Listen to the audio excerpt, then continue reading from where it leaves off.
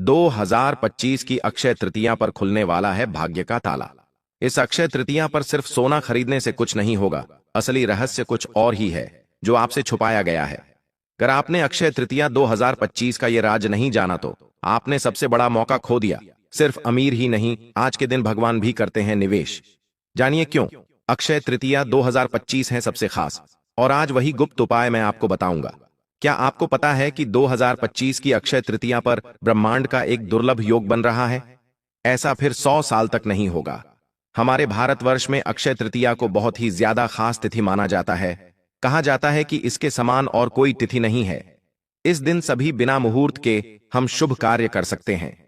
इस दिन आप कुछ भी कार्य करते हैं तो आपको उसके लिए किसी भी पंडित या ज्योतिष से पूछने की जरूरत नहीं है, क्योंकि यह बिना देखा हुआ मुहूर्त होता है और बहुत ही ज्यादा शुभ मुहूर्त माना जाता है। इसमें आप जो भी कार्य करते हैं वह बहुत अच्छे से सफल होता है। जैसा कि कहा भी गया है ना, माधव समूह मासो न कृते युगंथम न तीर्थम गंगा याम समम।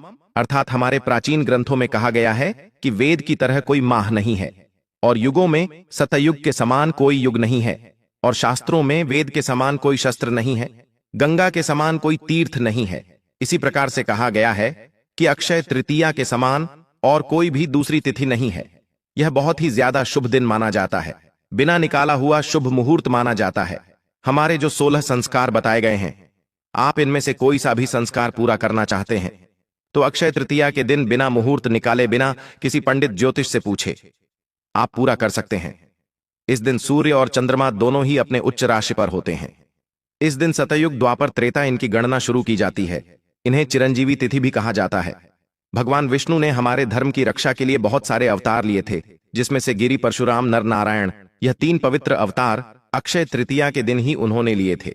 इसीलिए हम इस दिन जो भी हरि विष्णु के लिए पूजा करते हैं, व्रत करते हैं या कोई भी उपाय करते हैं, कुछ भी अपनी श्रद्धा के अनुसार दान करते हैं, तो इन सबको करने से आपकी गरीबी हमेशा के लिए खत्म हो जाएगी और आपके परिवार में हमेशा सुख समृद्धि बनी रहेगी। आपको कभी भी आर्थिक समस्या का सामना नहीं करना पड़ेगा।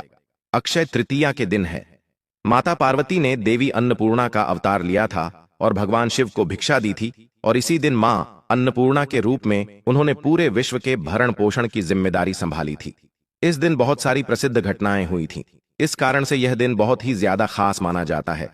मैं आपको पूरी बात आगे वीडियो में बताऊंगा, लेकिन उससे पहले आपने अगर हमारे इस तीज त्योहार धर्म चैनल को अभी तक सब्सक्राइब नहीं किया है तो सबसे पहले चैनल को सब्सक्राइब कर दीजिए, वीडियो को लाइक कर दीजिए, साथ ही पास वाले बेल आइकन पर भी क्लिक कर दीजिए, जिससे कि हमारे नए नए वीडियो का नोटिफिकेशन आपको मिलता रहे। अक्षय तृतीया के दिन है। कृष्ण सुदामा का मिलन हुआ था और श्री कृष्ण ने पांडवों की पत्नी द्रौपदी को इसी दिन अक्षय पात्र भेंट किया था। इस पात्र की एक बहुत बड़ी विशेषता थी कि इसमें कभी भी भोजन खत्म नहीं होता था। इसी दिन महर्षि वेद व्यास जी ने महाभारत लिखना भी शुरू किया था। महाभारत में ही श्रीमद्भागवत गीता जी समाहित है। अगर आप इस दिन गीता के 18वें अध्याय का पाठ कर लेते हैं तो इससे आपको 1000 गुना पुण्य की प्राप्ति होती है। इसी दिन महाभारत का युद्ध समाप्त हुआ था। इसी कारण आप कुछ भी नया काम शुरू करना चाहते हैं तो आप बिना शुभ मुहूर्त देखें, चाहे वह कार्य कुछ भी हो, आप नया व्यापार शुरू करना चाहते हैं, नया घर खरीदना चाहते हैं या विवाह आदि कोई भी शुभ कार्य हो, बिना किसी से पूछे, बिना किसी पंडित ज्योतिष आदि के द्वारा पंचांग दिखाएं, बिना कर सकते हैं। आप जो भी कार्य करेंगे आपको उसमें सफलता मिलेगी। अगर आप इस दिन या व्यापार शुरू करते हैं तो आपके व्यापार में कभी भी नुकसान नहीं होगा, बल्कि अगर आपका व्यापार बढ़ता ही चला जाएगा और आप तरक्की करते चले जाएंगे। आपके घर में हमेशा बरकत होगी। इसीलिए इस दिन मांगलिक कार्यों का प्रारंभ करना बहुत ही शुभ माना जाता है। अक्षय तृतीया के दिन आपको कुछ ना कुछ जरूर खरीदना चाहिए, वह बहुत ही शुभ माना जाता है। और इस दिन आपको दान भी करना चाहिए। इस दिन आपको दान के साथ साथ अपने पितरों के नाम से कहीं पर भोजन करवाना चाहिए। अपने आप भोजन करवाते हैं तो आपको बहुत ज्यादा होने की प्राप्ति होती है, या फिर गरीबों को, जरूरतमंदों को आप भोजन करवा और अपने पितरों के लिए आपको इस दिन पिंडदान करवाना चाहिए। और इस दिन आपको पवित्र नदी में भी स्नान करना चाहिए। अगर आपको पवित्र नदी में स्नान करने नहीं जा सकते हैं तो अपने नहाने के पानी में थोड़ा सा गंगा जल डालकर कि आप स्नान कर सकते हैं। ऐसा करने से आपके सारे पाप नष्ट हो जाते हैं। इस दिन स्वर्ण दान को बहुत ही खास बताया गया है। आप स्वर्ण दान नहीं कर सकते हैं, लेकिन आप जो हमारा प्रथम अनाज है यानी कि जौ का दान कीजिए। अपनी श्रद्धा के अनुसार आप दान कर सकते हैं। यह जौ का दान स्वर्ण दान के बराबर माना जाता है। हमें स्वर्ण दान करने जितना ही पुण्य प्राप्त होता है। आप किसी जरूरतमंद व्यक्ति को इन चीजों का दान करते हैं या फिर उसे जिस चीज की जरूरत है, खाना, कपड़ा, जूते, चप्पल, अगर आप दान करते हैं तो आपको 1000 गुना करने की प्राप्ति होती है। साथ ही उसे जरूरतमंद व्यक्ति की दुआ भी आपको मिलती है। इस दिन आपको नर नारायण शिव पार्वती की पूजा करनी चाहिए, क्योंकि यह दिन उनके लिए खास माना जाता है और इसी दिन बद्री नारायण के दरवाजे खुलते हैं। और एक खास बात मैं आपको बता देता हूं कि वृंदावन में बांके बिहारी जी के मंदिर पर अक्षय तृतीया के दिन ही श्री विग्रह के चरणों के दर्शन हमें होते हैं। इस दिन उनके दर्शन करके हम अपने पापों को नष्ट कर सकते हैं और 1000 गुना पुण्य की प्राप्ति कर सकते हैं, क्योंकि बाकी दिनों वह कपड़े से ढके हुए रहते हैं। ऐसा क्यों होता है? इसके लिए बहुत सारी कथाएं कही जाती है। उनमें से मैं आपको एक कथा बता देता हूं। प्राचीन समय में एक सदाचारी और देव ब्राह्मणों में श्रद्धा रखने वाला एक वेश्या रहा करता था। उसका नाम धर्मदास था। उसका बहुत ज्यादा बड़ा परिवार था। वह हमेशा परेशान रहता था, तो उसकी परेशानी को देखकर किसी ने उसको अक्षय तृतीया का व्रत करने को कहा और इसके व्रत की महिमा उसे बताइए। वह सुनकर उसने भी यह व्रत किया। तब उसने अक्षय तृतीया के दिन गंगा स्नान किया और देवी देवताओं की पूजा की और उसने अपनी श्रद्धा के अनुसार बहुत सारी चीज ब्राह्मणों को और जरूरतमंदों को दान की। लेकिन उसकी पत्नी को यह सब अच्छा नहीं लगा। वह बार बार मना करती गई, लेकिन वह नहीं माना। वह हर वर्ष अक्षय तृतीया के दिन दान जरूर करता था। बहुत बीमार होने के बाद भी अपने कर्तव्य से पीछे नहीं जाता। उसने अक्षय तृतीया के दिन पूरे विधि विधान से व्रत को पूरा किया और अपनी श्रद्धा के अनुसार उसने दान दिया। वही वैश्य अगले जन्म में कुशावती का राजा बना। उसने अक्षय तृतीया का व्रत पूरे सच्चे मन से किया और जो दान दिया उसको उसका पुण्य प्राप्त हुआ। इसी कारण वह अगले जन्म में बहुत ज्यादा धनी और प्रतापी राजा बना। वह सब सुख सुविधाओं से परिपूर्ण था और वह अपने धर्म से कभी भी पीछे नहीं हटता था। इसीलिए हमें भी अपनी श्रद्धा के अनुसार अक्षय तृतीया के दिन किसी ब्राह्मण को या फिर जरूरतमंद व्यक्ति को कुछ ना कुछ दान जरूर करना चाहिए, क्योंकि उसके पुण्य की प्राप्ति हमें अगले जन्म में मिलती है और हमारे जन्म कर्म के अनुसार ही हमें दूसरा जन्म प्राप्त होता है। और अगर जाने अनजाने में आपसे कोई पाप हो गया हो तो इस दिन आप पूरे सच्चे मन से और पूरी श्रद्धा के साथ अगर भगवान से क्षमा याचना करते हैं तो भगवान भी अपने भक्तों पर प्रसन्न होकर उनके अपराधों को क्षमा कर देते हैं और आपको सद्बुद्धि प्रदान करते हैं, जिससे फिर आप अच्छे रास्ते पर चलते हैं। हमें भी इस दिन अक्षय तृतीया के दिन भगवान से हमारे जाने अनजाने में किए हुए अपराधों की क्षमा मांगनी चाहिए और हमें भगवान से हमेशा सही रास्ते पर चलने की प्रार्थना करनी चाहिए कि हम सही रास्ते पर चले, गलत रास्ते पर कभी भी नहीं चल। इस दिन लोग धनतेरस की तरह खूब खरीदारी करते हैं।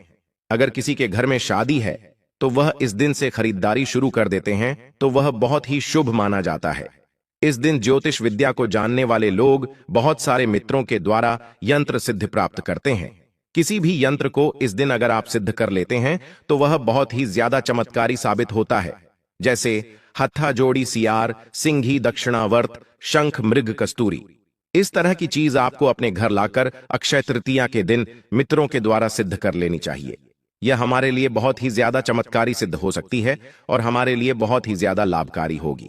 अब मैं आपको बता देता हूं कि अक्षय तृतीया कब है और इसका शुभ मुहूर्त क्या है।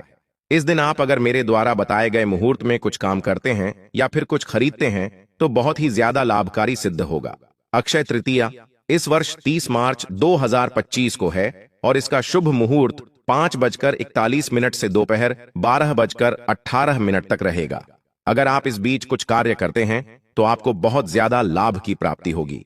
अगर आपको बार बार किसी भी चीज में नुकसान हो रहा है, आपका व्यापार अच्छा नहीं चल रहा है, आपको एक के बाद एक समस्याओं का सामना करना पड़ रहा है, तो इसके लिए मैं आपको इस वीडियो में आगे एक मंत्र बताऊंगा, जिससे अगर आप बोल लेते हैं तो आपकी सारी समस्याएं खत्म हो जाएंगी। आगे मैं आपको यह भी बताऊंगा कि अक्षय तृतीया के दिन हमें क्या खरीदना ज्यादा शुभ रहता है। तो आपको क्या खरीदना चाहिए? अगर आपके पास यह चीज पहले से ही है तो भी आपको इस दिन इन्हें मंत्र के द्वारा सिद्ध करना चाहिए। वह किस तरह से करना चाहिए मैं आपको बता देता हूं। आपको सबसे पहले गंगा जल से उन्हें अच्छे से धो लेना चाहिए और फिर कच्चा दूध या पंचामृत से आप इसे धो सकते हैं। और फिर आपको अपने घर के ईशान कोण में एक आसन लगाकर बैठ जाना है।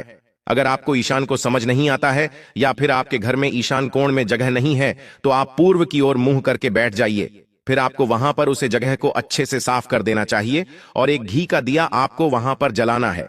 अगर घी का नहीं जला सकते हैं तो कोई बात नहीं, आप तेल का दीपक भी जला सकते हैं।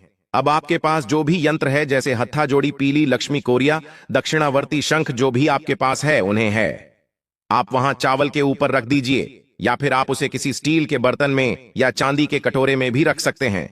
फिर आपके हाथ जोड़कर वहां बैठ जाना है और एक मंत्र मैं आपको बता देता हूं, उसे मंत्र को आपको 21 बार बोलना है। वह मंत्र है ओम गण गणपते नमः, ओम श्री गुरुवे नमः। अपने गुरु का ध्यान करते हुए और भगवान श्री गणेश का ध्यान करते हुए आपको यह मंत्र बोलना है और भगवान से हाथ जोड़कर प्रार्थना करनी है कि हमारी जो भी मनोकामना है उसे पूरी कीजिए और हमारी समस्याओं को खत्म कीजिए। माता लक्ष्मी से भी हाथ जोड़कर प्रार्थना कीजिए कि आपको कभी भी धन संबंधी समस्या का सामना नहीं करना पड़े और माता लक्ष्मी आपके घर में स्थायी रूप से निवास करने लगे। अब मैं आपको जो मंत्र बता रहा हूं उसको किस तरह से बोलना है वह बहुत ही ध्यान से सुनिए, कुछ गलती मत कीजिएगा। अगर कुछ समझ नहीं आता है तो आप मुझसे पूछ सकते हैं।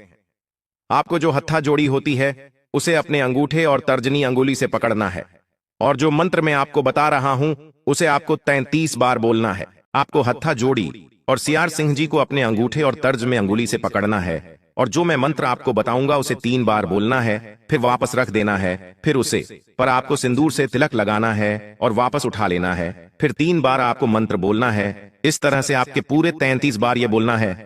अब मंत्र को ध्यान से सुन लीजिए। अगर आपको याद नहीं रहता है तो कहीं पर लिख लीजिए, लेकिन मंत्र बोलने में कोई गलती मत कीजिएगा। मंत्र है ओम श्री शुक्ले महाशुक्ले महाशुक्ले कमल दल निवास श्री महालक्ष्मी नमो नमः लक्ष्मी माई। सबकी सवाई आवछे तो करो, भलाई ना करो तो 7 समुद्र की दुहाई, रिद्धिनाथ देवो नौनाथ, चौथाई सिद्धों की दुहाई। इस तरह से आपको यह मंत्र बोलना है और मंत्र आपको याद नहीं करता है तो फिर भी मैं बोल रहा हूं, आप इस मंत्र को कहीं लिख लीजिए। लेकिन गलत मंत्र अगर आप बोल देते हैं तो आपको उसका पूरा लाभ प्राप्त नहीं होगा। अगर आप इतना बड़ा मंत्र नहीं बोल सकते हैं तो मैं आपको और भी छोटा सा मंत्र बता देता हूं, ओम महालक्ष्मी नमः। आप इस मंत्र को बोल सकते हैं। अगर यह भी आपको नहीं आता है तो जय माम लक्ष्मी तो आप जरूर बोल सकते हैं। इसी प्रकार पूरा मंत्र होने के बाद जो दूध बच जाता है जिसमें हमने अपने यंत्र को धोया था, उससे आपको अपने पूरे घर में चीते लगा देने हैं। इससे आपके घर की नकारात्मक ऊर्जा बाहर चली जाएगी और हर तरफ से सकारात्मक ऊर्जा बनी रहेगी। घर का वातावरण शुद्ध और पवित्र रहेगा और आप भी अपना यंत्र अभिमंत्रित करने के कारण तरक्की करते चले जाएंगे। हर क्षेत्र में आपको सफलता मिलती चली जाएगी।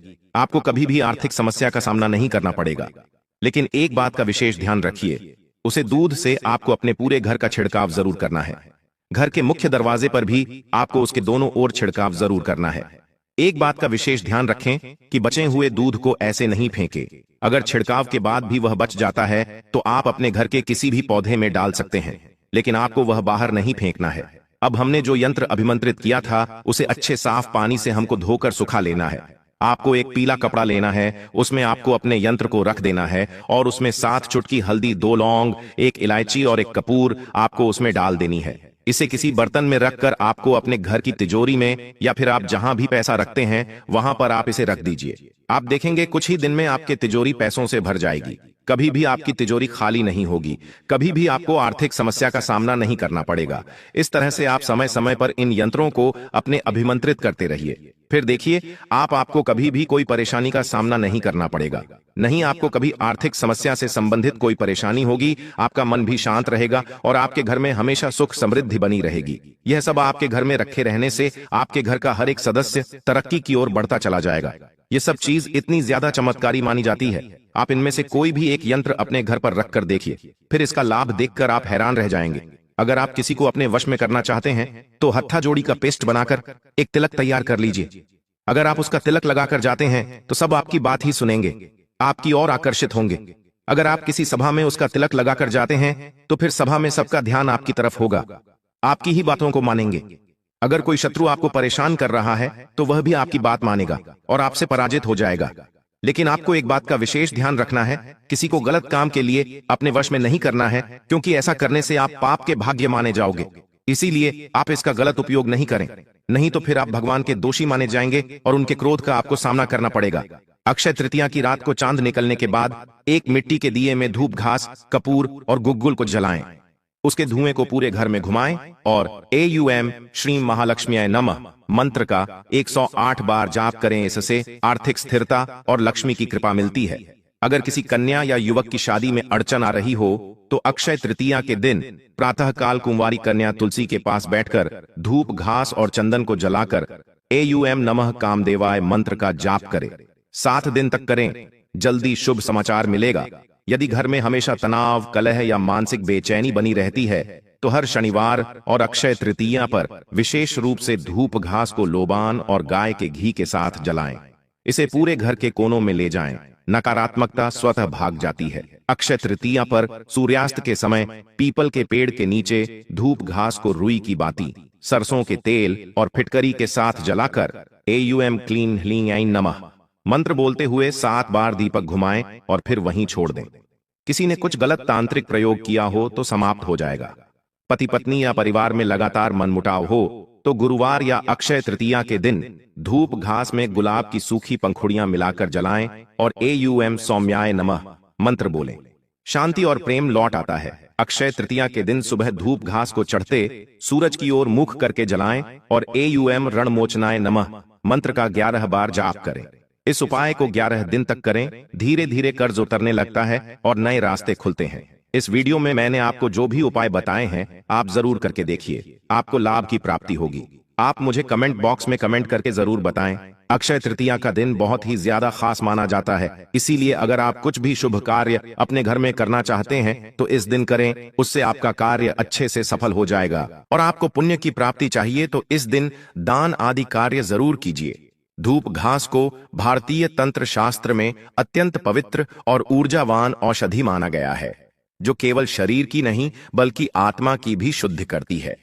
यह घास मुख्य रूप से जल तत्व से जुड़ी होती है, परंतु जब इसे अग्नि के माध्यम से सक्रिय किया जाता है तब यह पंच तत्वों के बीच संतुलन स्थापित करती है। यही कारण है कि इसे जलाकर घर या शरीर की नकारात्मक ऊर्जा को हटाने का सबसे सरल उपाय माना गया है।